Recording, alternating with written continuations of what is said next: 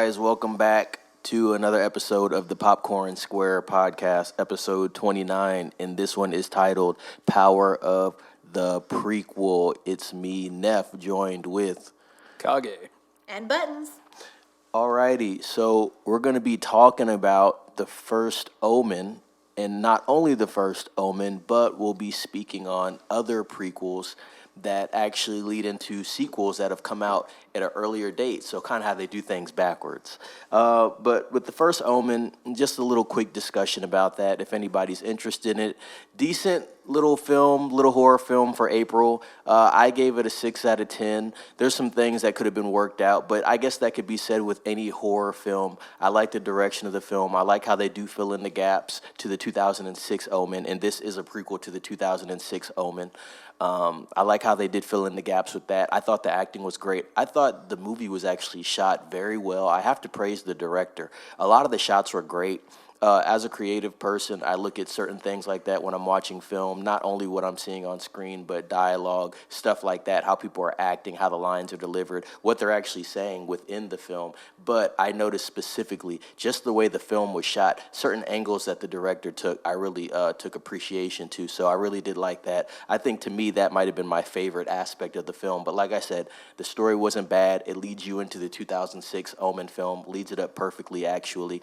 And there was a lot of things that I did like. As I said, there's some things they could clean up. I'm not trying to give out too many spoilers because the movie is still in theaters, and I encourage people to actually go watch it for themselves, especially if they are fans of this series. It's been around for a while. So, as I said, praise the way it was shot. I like how the film runs through its through its paces, I should say, and how they actually do tie into the sequel in 2006. But I'll leave it there. I know that my co-host Kage watched it as well. I'd like to get some of his thoughts on it. I know he actually did see that 2006 version as well, so definitely want to let him get his thoughts off about it and tell us what he really liked about the film. Yeah. So I'm gonna agree with Neff. I give it a 6 out of 10. No pun intended. It was good. I think I would have liked it to been a little bit more. I don't know. I don't want to say fast paced. That's not the right word. I felt like there was just a lot of talking, a lot of music, tense moments, camera panning in, and then nothing actually happened. Like it made you think something was going to happen, and then it was a slow burn movie. If I had to define it, it would slowly go, get that way, and you can feel the resonances knowing what this film is about. It's about the birth of the Antichrist, so it's going to be dark. It makes sense, right? The Omen that came out in 2006, that was a lot of. There was a lot of stuff happening. Every 5 to 10 minutes, something horrible was happening. Anybody who messes with Damien or messes with his destiny or whatever gets killed. That's how they treat the Omen. But this wasn't like that. This was just a lot of alluding to that, and by the time the movie ends, it's like, oh, okay. And just like Neff said, it does lead into the 2006 version. There's a lot of mysterious dark forces at work. If you try to undermine destiny on what's supposed to happen with this kid, you're gonna die. Yep. You're gonna have an accident. It's a very darker version of Final Destination, but without the comedy. Like Final Destination movies are kind of like, okay, really? Granted, to this day, none of us will drive behind a log truck. So let me ask you both a question then, since I haven't seen these movies. Do you think that with this prequel, it would be better to watch this one before the 2006 version, or to watch the 2006 version, because then things kind of, you can see how they connect with the prequel? So the thing with that, interesting question and a good question. The fact of the matter is the 2006 did come out first. So if you saw the 2006, you can't really rewind back time.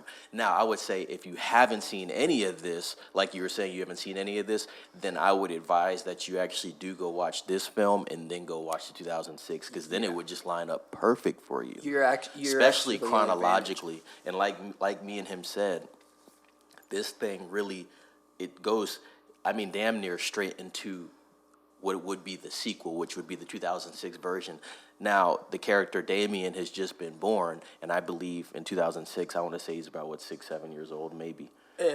Well, The Omen starts off like he is literally at the hospital born. So literally so you goes see direct. Yeah, so Okay. you see in call The it. Omen, you see him as a baby, And then it like jumps to and he's, and like, there's 6 a or little something. bit of time skip, but majority of the movie you're watching him as a 6-year-old, okay? Okay. But a very terrifying 6-year-old. And the thing is, he's not running around like Chucky, like this little kid with a knife doing stuff. He's just being a kid.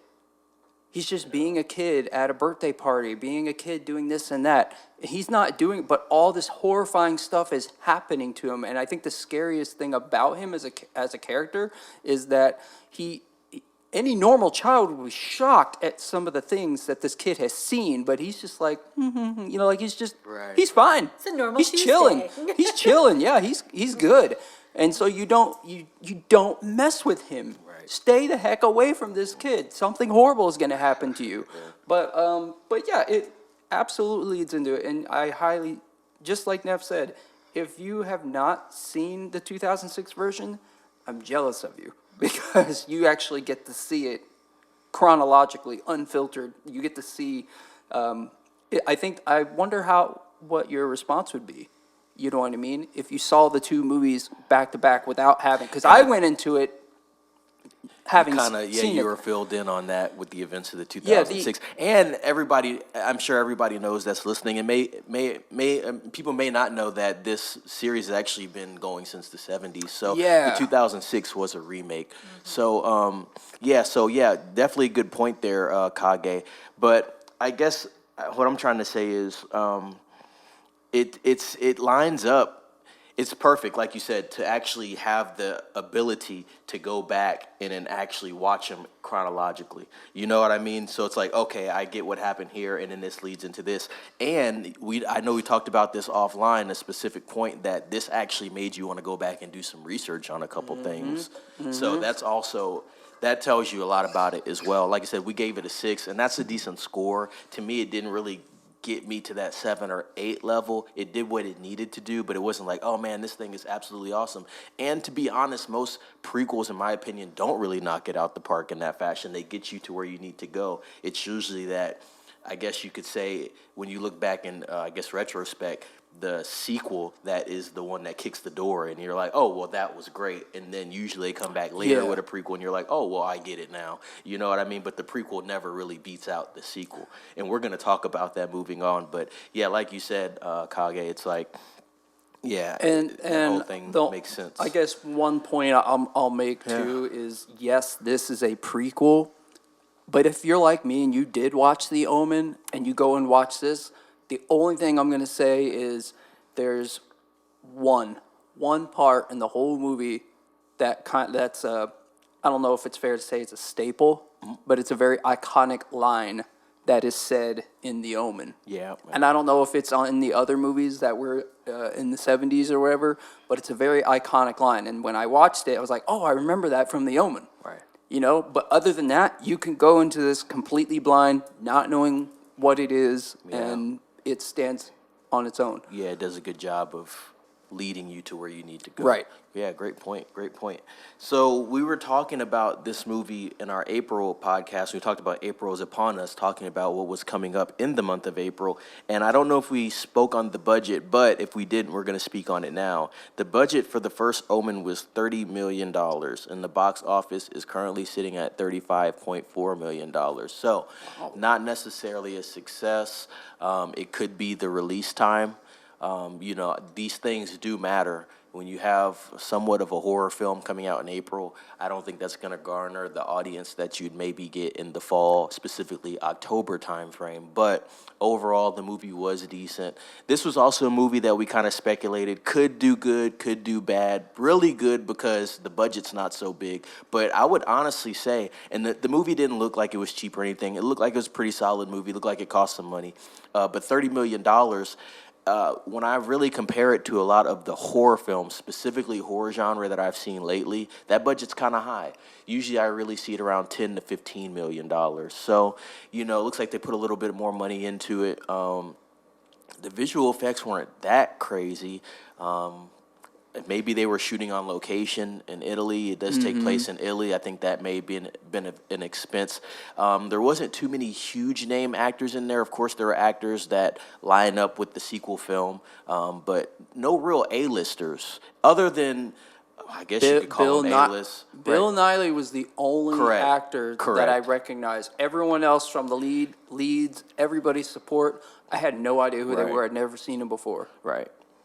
So, and we're not trying to make it seem like, $30 million is the biggest budget in the world, but I'm kind of looking at where did all the money go? So I think that may play some, Location. yeah, I think that does play a role in the success of the film. And also, we have to be honest, there was a lot of competition, whether or not people from a, I guess, subjective standpoint were interested in the films coming out. There was a lot of competition. You had Godzilla.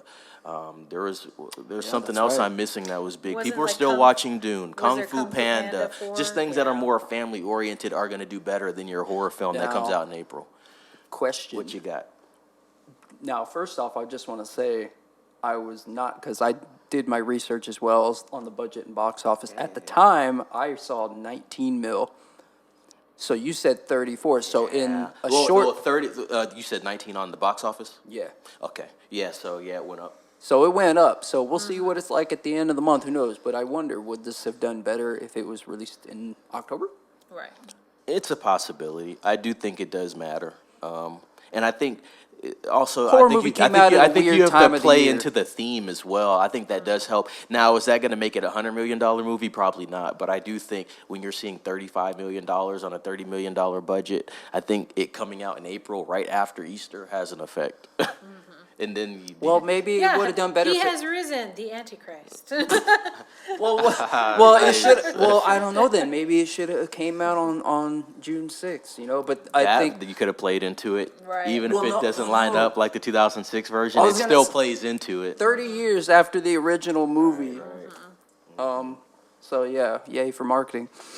Any other, I guess, want to say prequels that fill in the gap well with the series? Oh, okay. What you So- got, Buttons? All right, so I did look up, because we actually have, believe it or not, this, for the movies that are coming out this year, we have quite a few. So Furiosa and Kingdom of the Planet of the Apes both come out in May. So Furiosa is a direct prequel. It's supposed to be about 15, 20 years before Mad The Max. events of Mad Max Correct. Fury Road.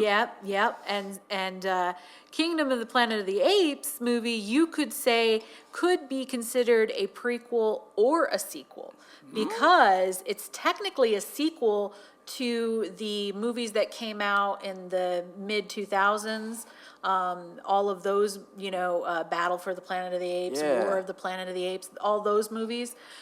This is a sequel to that. This is supposed to be like, I want to say a couple generations after those movies took place. Like, enough time has passed that nobody really remembers like those events. And then it's supposed to be before the old like Charlton Heston movies, or even that weird Really? one with Mark Wahlberg that came Yeah. out in early 2000. I think it was like 2002, 2004, something time frame. So it's supposed to be, so like I said, you can make the argument that it's a sequel or a prequel. Yeah, it's hitting both. And it's, like I said, for me, it looks like a very interesting movie, because it is gonna bridge the gap and answer a lot of questions about, like, okay, so we understand, like, the humans lost the war. Like, that's what this is supposed to be. Like, hey, the humans lost the war and they kind of devolved, is what the movie is trying to Yeah. suggest. But then when you have the events of the original Planet of the Apes movies, like, they had more advancements, the apes had more advancements, where they were almost like it was complete direct swap, where it's like, oh, humans are the apes, they're considered the stupid ones, Right. and the apes are very We've intelligent evolved, and right. know how to use, a lot of the weaponry and the advanced mechanics and things like that maybe not like hyper advanced, but at least to the point of maybe like 1950s, technology.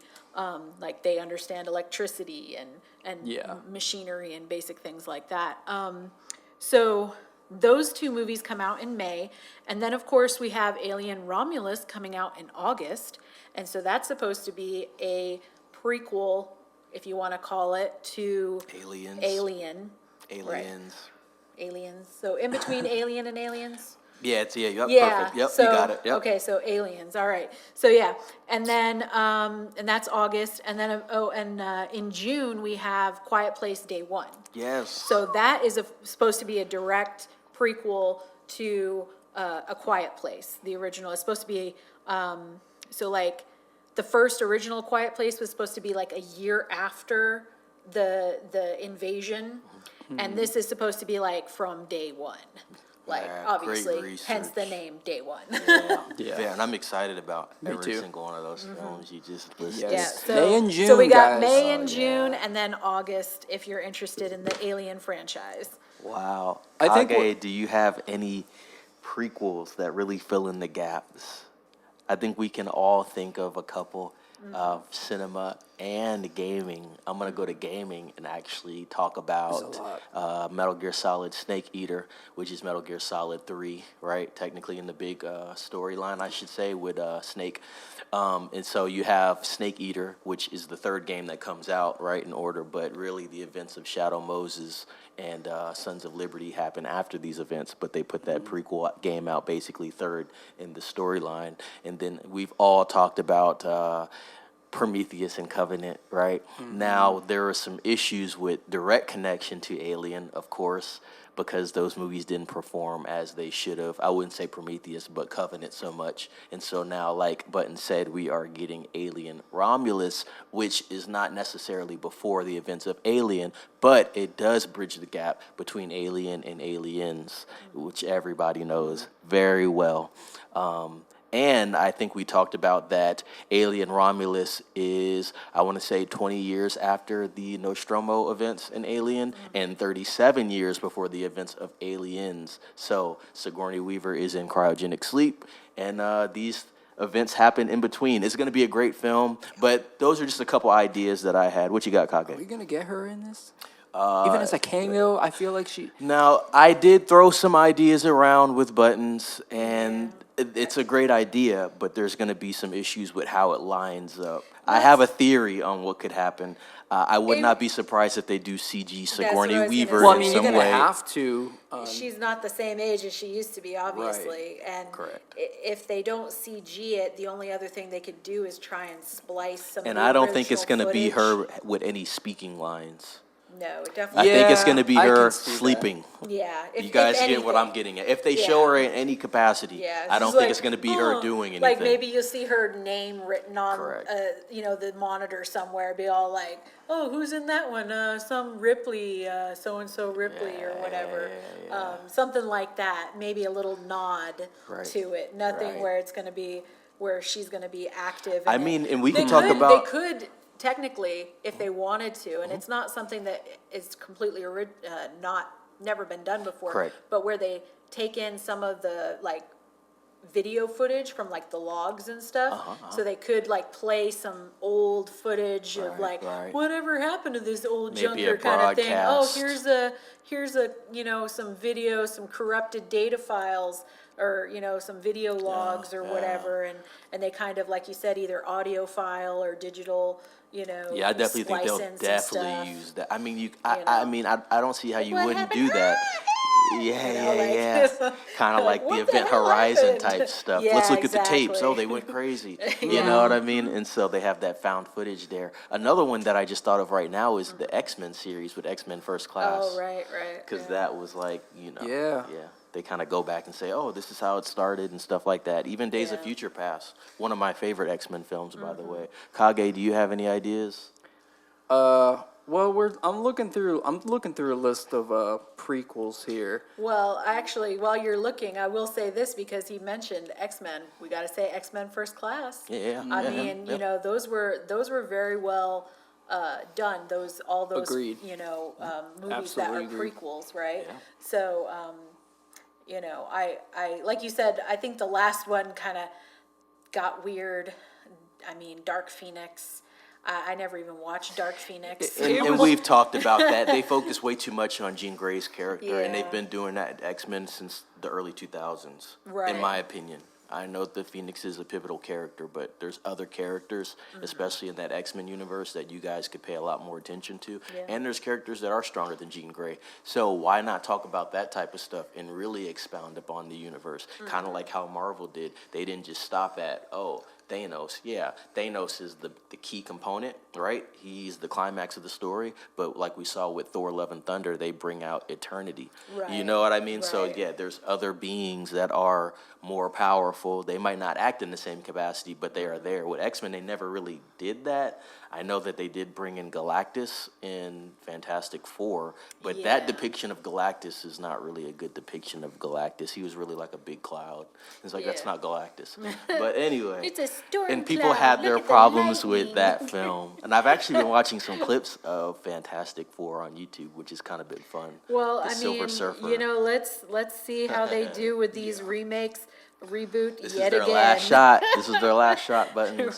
let's reboot If they it don't for a get third Fantastic Four time. off the ground here, it's a wrap. Oh god. And I will say, I've talked to some coworkers about this offline. This Fantastic Four movie is going to be extremely pivotal to the new MCU because they have to now switch Kang out, which it looks like it's going to be Doctor Doom. So this is going to be really the first film that could introduce him, and this is their make or break moment here. If people don't latch on to the Doctor Doom character, which they've already seen in the cinematic universe before, if they Right. don't latch onto it now and really get excited for it, and if they don't seem to make him out to be a real threat, this could really destroy their whole timeline. Wouldn't it be funny if they decided to bring Chris Evans to play Doctor Doom? So like he played Johnny, We've come then full he switched to circle. Captain America. Now He's one of the Dr. few Doom. successful ones. It's like, bro, you were the Human Hey. Torch. Now you're Captain America. No one really questioned it. It was like, Exactly, oh, and it's okay. like, oh, let's make you Doctor Doom now. Okay, You that'd be think the cool. you think the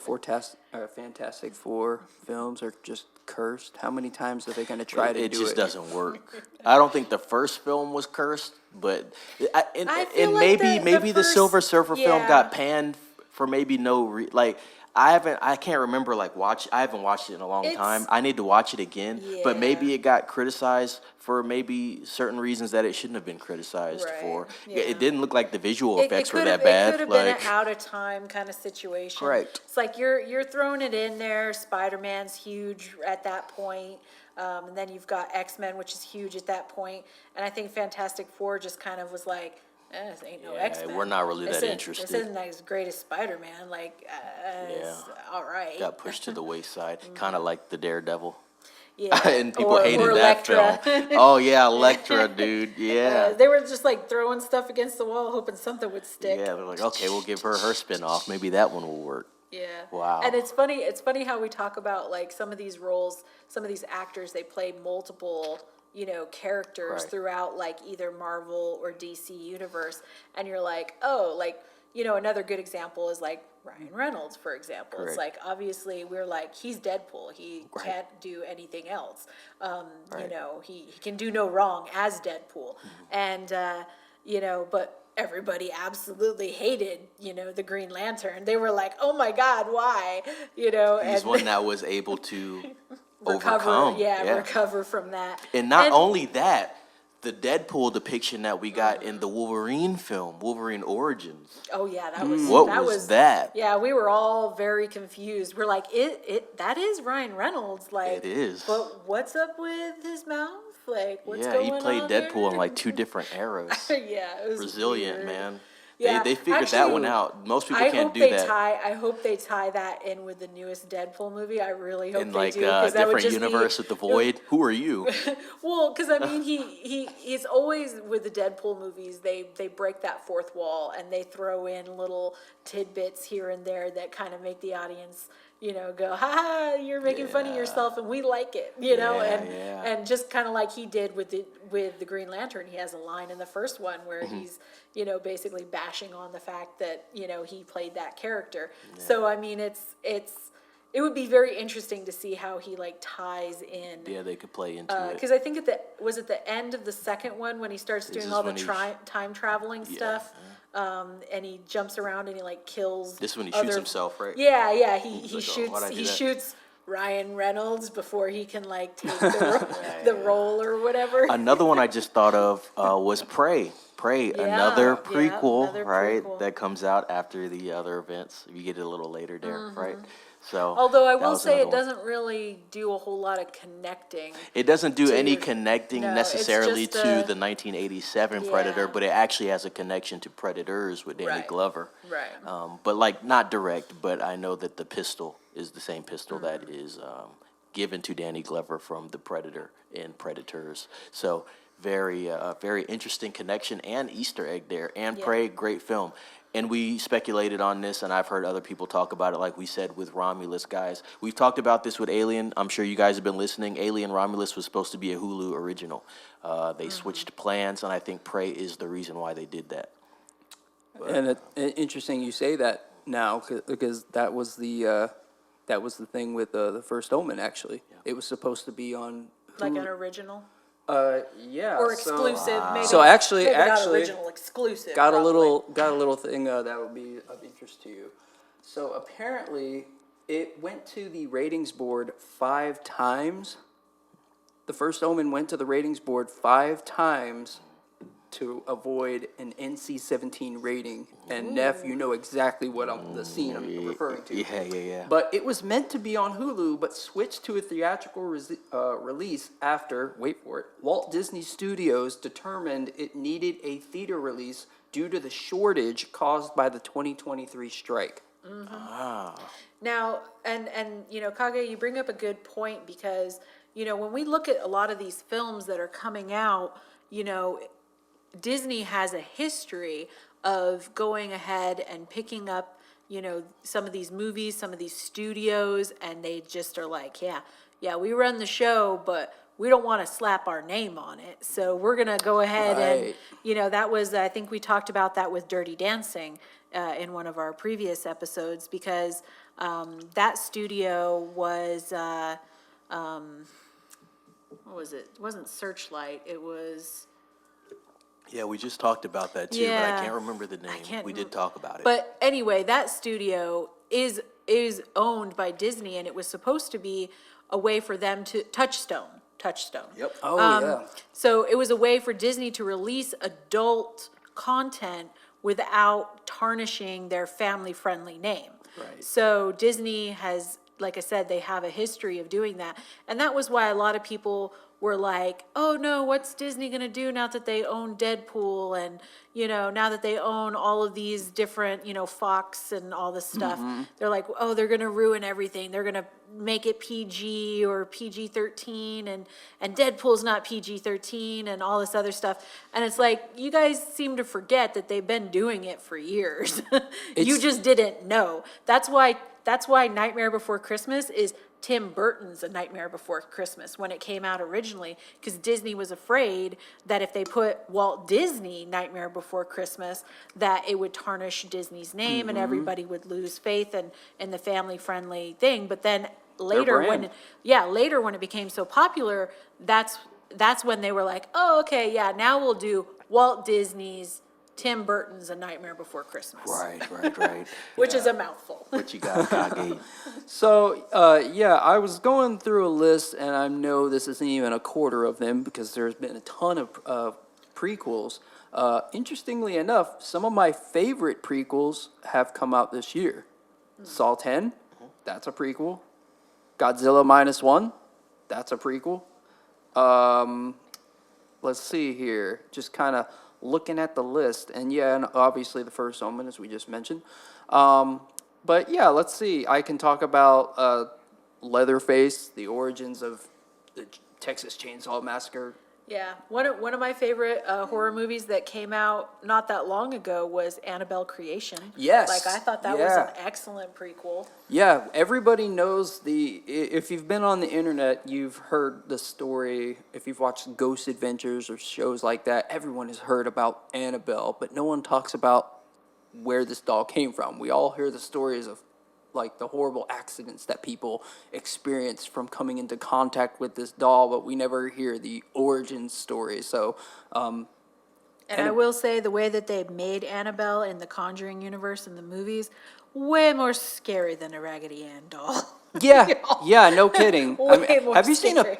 have you seen a picture of that thing, like the real thing yeah, it's a versus the one in the Raggedy movie? Ann doll. The Raggedy Ann doll. I'm like, I'm not afraid of that. I'm Although- afraid of that because you told me to be afraid of it. But the one in the movie, heck no. Terrifying. Get away right? from me. Yeah, and I will tell you that though, like it would look like a freaking like ugly doll movie if you saw Raggedy Ann like running around with like Now a you- kitchen knife or something. I'll tell you what. How long until we get it? How long until we get a Robert the Doll movie? If y'all know about that. A what now? Oh, you haven't heard? Oh, Is this super popular? If you like, I watch. Because you know it's all about popularity. and I they'll watch do it. I watch the paranormal stuff, and if you're into that, you've heard of Robert the Doll.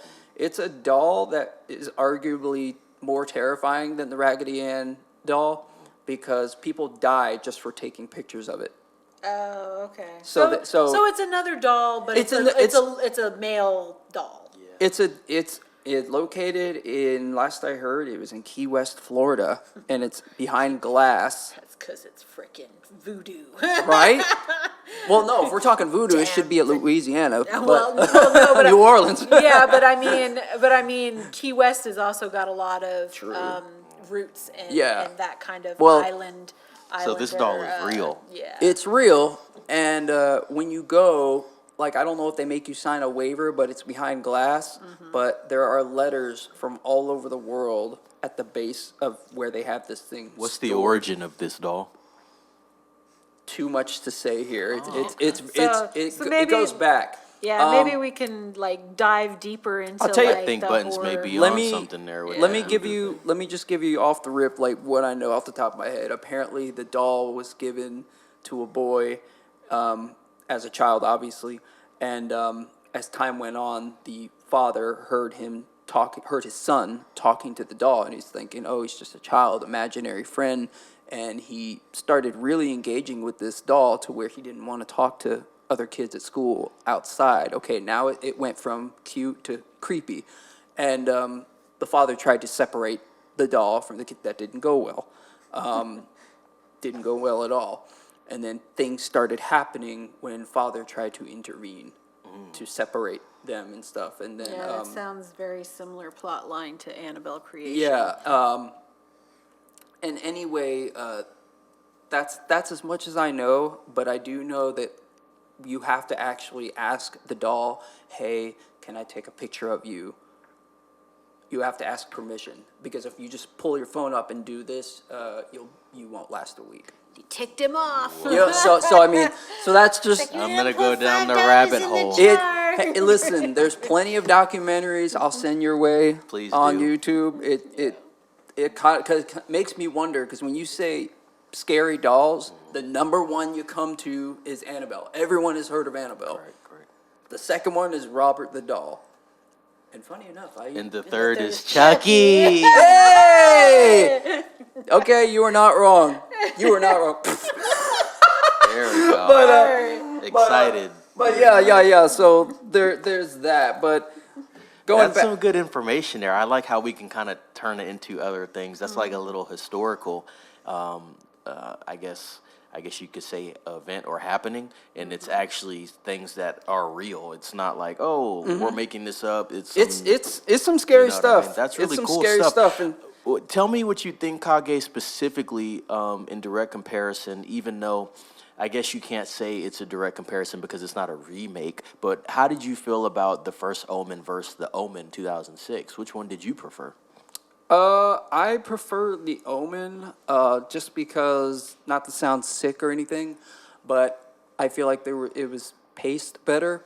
I feel like there was more stuff happening. Well, and you did mention earlier, you said like some of the stuff seemed like it was building to like a spook, a Okay, scare okay. or an Reveal event, or Yeah, something. because something, and then it just kind of fizzled out into you're like, well, what was the point? Yeah. So like, Why all the dramatic, intense staring, dramatic music lead up to all the things, and then it's just like, all right, now I'm gonna go grab a soda. So Yeah. I mean, to me, it felt like an unfortunately, a lot of horror movies fall subject to this, but again, pacing is everything.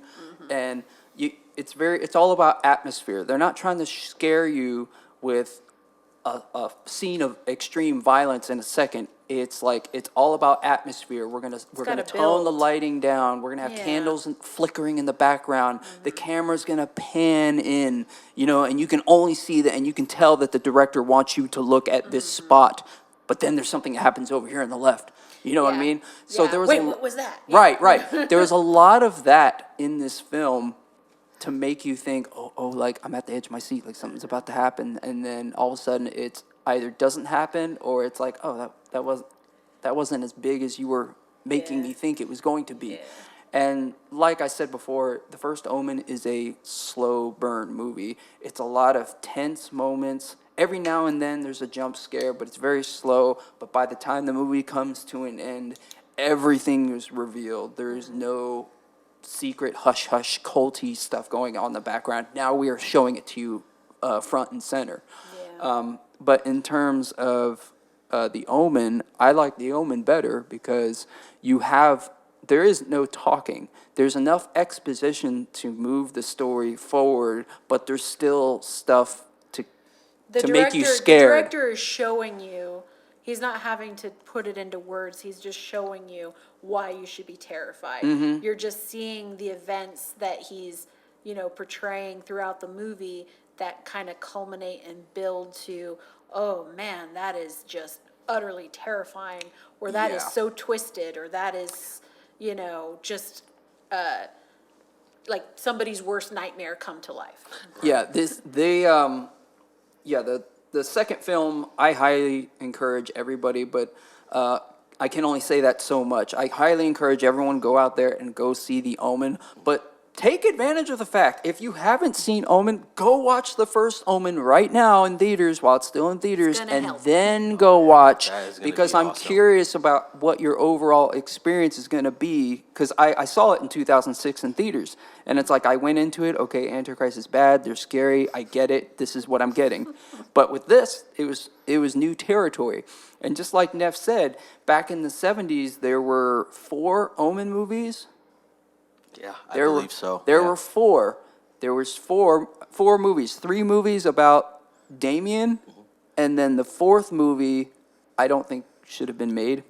So now you're saying Oh, there's here- 6? No. We're not turning this. No, This we are was not. Full number circle. 6. We are not turning this into Fast and Furious. We're not doing it. No, I was just Damien talking- in space. No, confirmed. I was just referring to, the whole 666 thing. Yeah. No, I got it. So Numerology. And just a little background information. I don't know if we want to talk about the background stuff of the original. Go ahead. Okay, we're gonna throw it out there. So the original movie came out in the 70s, and it was, how do I put this? There was so much death surrounded around this movie, and I'm not talking about the movie. Yeah, no, I mean, I know, Kage and I have spoken off mic about, all of, if you look at Hollywood in general, all the movies that have come out since like the very beginning of time, there's certain movies that get like these bad raps, these bad press and things about it because accidents happen. And it's not, and sometimes it has nothing to do with an accident. Sometimes it's like animal cruelty and things like that they've uncovered, like the dark, seedy underbelly of Hollywood, like what they're doing behind the scenes. People are getting killed because of unsafe practices and they treat the animals like crap on all these Western movies. And so all these horses are dying and, different things like that. And Kage had found a lot of interesting information, that revolves directly around these movies. But, when you look at some of the other horror movies that have come out, because we spoke about like one of the other popular ones would have been The Poltergeist. Yeah. And another one would have been like The Crow. And so, and of Talking course- about movies where people actually got hurt on set or killed. Exactly. And in some cases, when these things happen, I mean, most notably, the probably the one that would have been the biggest one that's happened recently was Rust. The Alec. Oh, yeah. Alec, Baldwin. or, is it Baldwin. Alec or Alex? It's Alec Baldwin. Alec. Okay, so yeah, he had his whole, shooting thing where he accidentally killed one of the set designers or production people. You know what? I think it was, you just mentioned The Crow, and, Oh, they're remaking that. Yeah. well, no, I know that. It looks good, y'all. It looks good. Trailer came out. I watched it. It looks pretty good. Yeah, we'll definitely speak on that. Okay, well, what I was gonna say was, I think, I could be wrong, but I thought Brandon Lee, who played the original, in the original Crow, he died from a gun that was supposed to be a prop. Yeah, Or so something. it was, yeah, the blank was live or something. So was like it the that. same thing with Alec Baldwin? No, the thing with Alec Baldwin was they were using it for target practice with live ammunition, and they didn't check it before they put it back on the prop table. Wow. And so he just grabbed it off the prop table, and gosh. it was still loaded with live ammo. Well, So, that Little sounds different, a little different. that sounds well. Let me tell you this. That sounds pretty normal compared to this. So Yeah, no, your stuff is way more twisted. this than- is Going to a couple of those events, Kage. Yeah. Let the audience hear. yeah. So let's see. There's you chills at a documentary out there. Go look it up on YouTube if you dare. If you don't feel like sleeping tonight. No, I'm fine. I watched Lilo and Stitch after. I was good. I was good. No, I meant like for the other people. I'm talking about other people who want to watch the documentary. No, well, still, go watch Lilo and Stitch afterwards and pet your dog or something help after ya. this. Yeah, so there's a documentary talking about the curse of the Omen. It's a horror movie and a paranormal horror, which is what I deal with, what I'm interested in. But a lot of people died making this movie, and the belief around the cast and crew was someone didn't want this movie to be made. Somebody said Macbeth backstage. That's what happened. Yeah, right, exactly, exactly. Dang it, you broke the cardinal No, rule. because the lead actor. Okay, folks, I'm going to talk about some dark stuff, but I'm just telling you what I read. The lead actor who played Damien's adopted father in the movie, unfortunately, his son committed suicide while they were filming. And, you take time to grieve and stuff, but he continued making the movie. And if you know anything about the Omen, Damien's the Antichrist.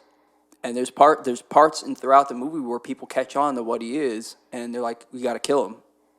Here are these holy daggers that can only kill the Antichrist, and every single person that tries to do it, something happens to them, okay?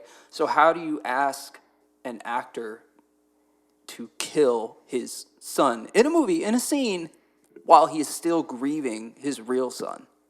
So that's dark in and of itself. But then there was a guy who lost his head. Two planes got struck by lightning, Yeah. and because they went to go fly the actor and director to work, Yeah. and both of their planes got struck by lightning. They lived, and after both of them had that, they're like, okay, we're not flying anymore. And then they decided to fly a group of 12 Test people, audience or test something? audience or something, to them to see the film. That plane went down. Everyone died. And then, what else? Oh, come on. The Yeah, I 70s mean- was a different time. All those planes. Yeah, well- They're so much better nowadays. Well, it was a lot of- No doors have been coming flying off the side of planes or anything like that Not recently. lately. Yeah, this is the thing is like, Sorry, if you've ever, no, you're good. With the Final Destination movies, it really gives me vibes of that, because there's a lot of freak accident deaths. A lot of people died. I've never heard of this many people dying in connected to a making film. in one film. And then they were originally I forgot when they were gonna release it, and their marketing department said, well, why didn't you wait 3 days? Well, why would we wait 3 days? It's like, because it'll be June 6th, 1976 or whatever. And they're like, oh, and they did it, and it ended up being a success. you know, and they said to this day, all the people, even though they're old and gray, there's stuff still happening to people. And fun fact, when they were making The Passion of the Christ by Mel Gibson, I think the actor who played Jesus got struck by lightning. They put him on a big cross out in the middle of the field. No, Here's a lightning rod. no. No, I'm just. But like people got hurt. People got hurt, like not on set while they were filming, just stuff. And like in the original Omen, a guy gets decapitated by a giant sheet of glass, and it You happened. said like Final Destination. Yeah, and it happened in real life. So I'm just like, wow, okay. And then at the end, they're like, at the end of the documentary, you got people that are kind of like, half laughing. It's like, our movie was successful. We made a lot of money, but we're still looking over our shoulder. Like, go watch it. Just go watch it. That's all I'm going to say. Wow, that's awesome. And like we said, guys, this episode is called Power of the Prequel. Do you think there's any prequels that have diminished the films that are to come after in the storyline? I can't really think of too many. I think because Prequels that are just so good that now you no, like more it's like like you look they- at the prequel and you're like, oh man, I don't care about what you would have called the original at the time. Like, oh, this makes this one look kind of weird. Like, I don't think I've really had that I'm effect. sure. No. Yeah. I'd really just judge the I'm prequel sure on its own I'm sure merit. there's enough movies out there that Yeah. there's gonna be a couple, but nothing directly comes to mind. Yeah. What about For instance, for the 2011 Thing, which I didn't think was that bad of a movie, I thought it was a decent film. I didn't look at that and then say, oh, well, I don't care about the 1982 version anymore, or say this makes the okay. 1982 John version look Carpenter's weird. a thing, Like, okay. no, it's just the 1982 version is the 1982 version, and I respect the 2011 version for what it's trying to do. Is it Yeah. better than 1982 version? No, but I get what it's trying to do. I wasn't like, oh man, I don't know about this one, so I don't know about the 1982 version. Same thing with Covenant. I wasn't like, oh, I look at Alien differently because Covenant's not that good. Not really. I just look at Covenant for what it is. Yeah. You know what I mean? Do I you got- have any examples? I don't know how strong of an example, but Insidious Chapter 3. Oh, I love that film.